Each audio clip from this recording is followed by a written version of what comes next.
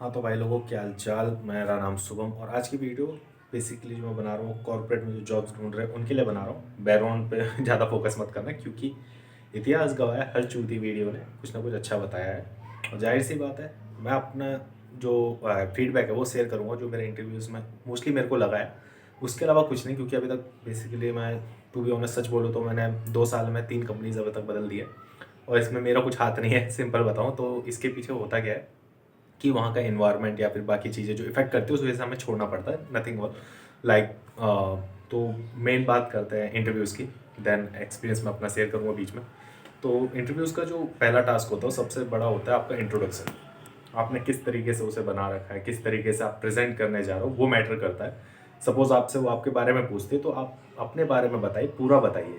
बस वहाँ पे हॉबीज़ को थोड़ा हाइड रखिए, क्योंकि ज़रूरी नहीं वो आपकी हॉबीज़ सुनना चाहे, और अगर उसको थोड़ी सी भी क्यूरियोसिटी है आपकी हॉबीज़ को लेके तो उस समय आप उसे प्रेजेंट कीजिए। और यही चीज़ मैं बोलूँगा आप अपने रेज्यूमे में भी मिसिंग करिए, क्योंकि कभी कभार क्या होता है कि जो सामने एचआर या इंटरव्यूअर जो बैठा होता है वो आपसे एक क्वेश्चन पूछता है। वो क्वेश्चन होता है कि आपके अंदर ऐसा क्या अलग है जो आपने अपने रेज्यूमे में मेंशन नहीं करा है।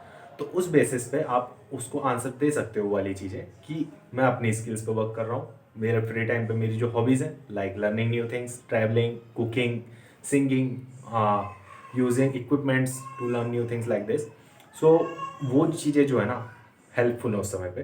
तो एक नया आपको टास्क मिलता है, ठीक है। उसके अलावा दूसरी चीज़, इंटरव्यू आपका हो गया तो उसके अलावा एक चीज़ है जो 3 इडियट मूवी सबने देखी होगी। उसमें ना एक डायलॉग है, एक्सीलेंस के पीछे भागो, सक्सेस के पीछे नहीं।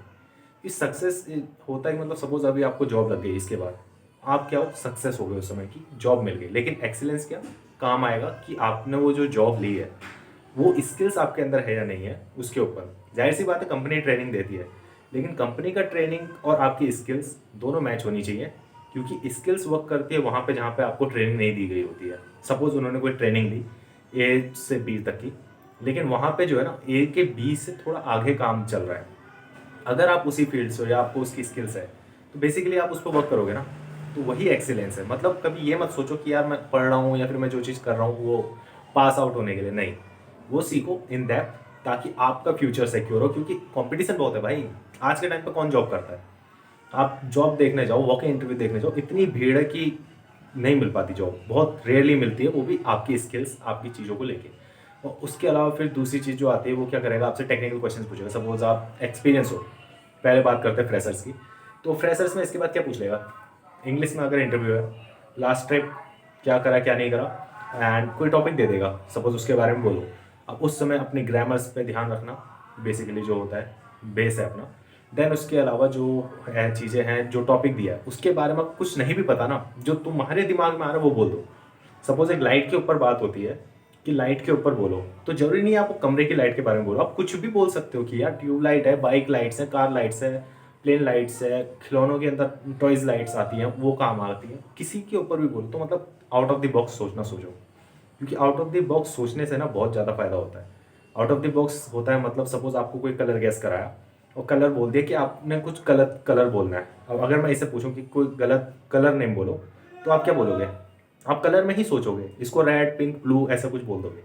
लेकिन नहीं, आउट ऑफ द बॉक्स सोचने का मतलब है आपको गलत आंसर देना तो आप कुछ भी दो ना, चेयर बोल दो, पेन बोल दो। ये आउट ऑफ द बॉक्स सोचना होता है, समझे? इसको ही बोलते हैं आउट ऑफ द बॉक्स सोचना। और इसके अलावा वो आपसे फिर आता है सैलरी डिस्कशंस के ऊपर।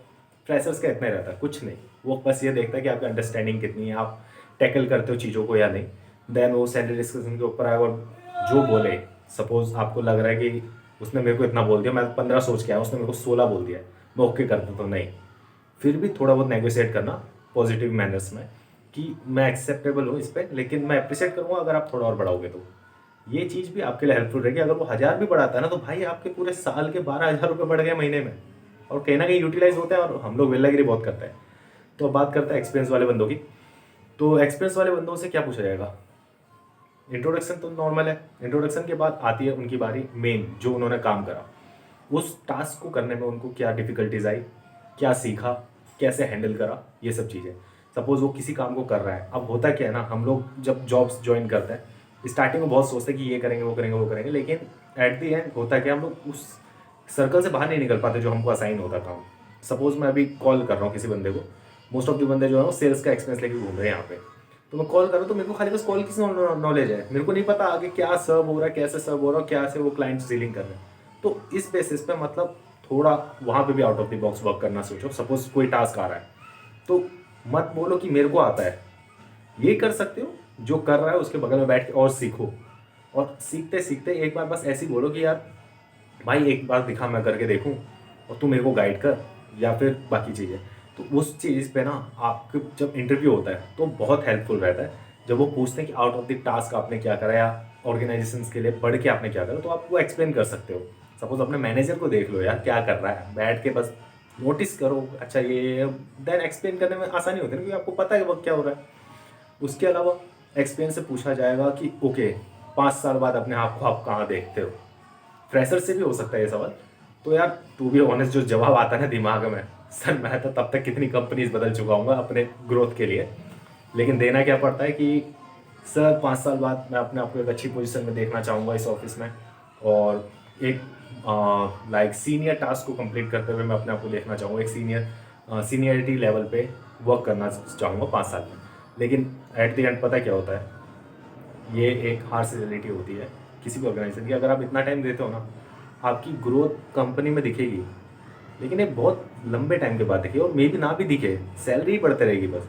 और वही सैलरी हाइक आप 10% की जगह 30% स्विच करके ले सकते हो यार। तो यही था एक्सपीरियंस वालों का।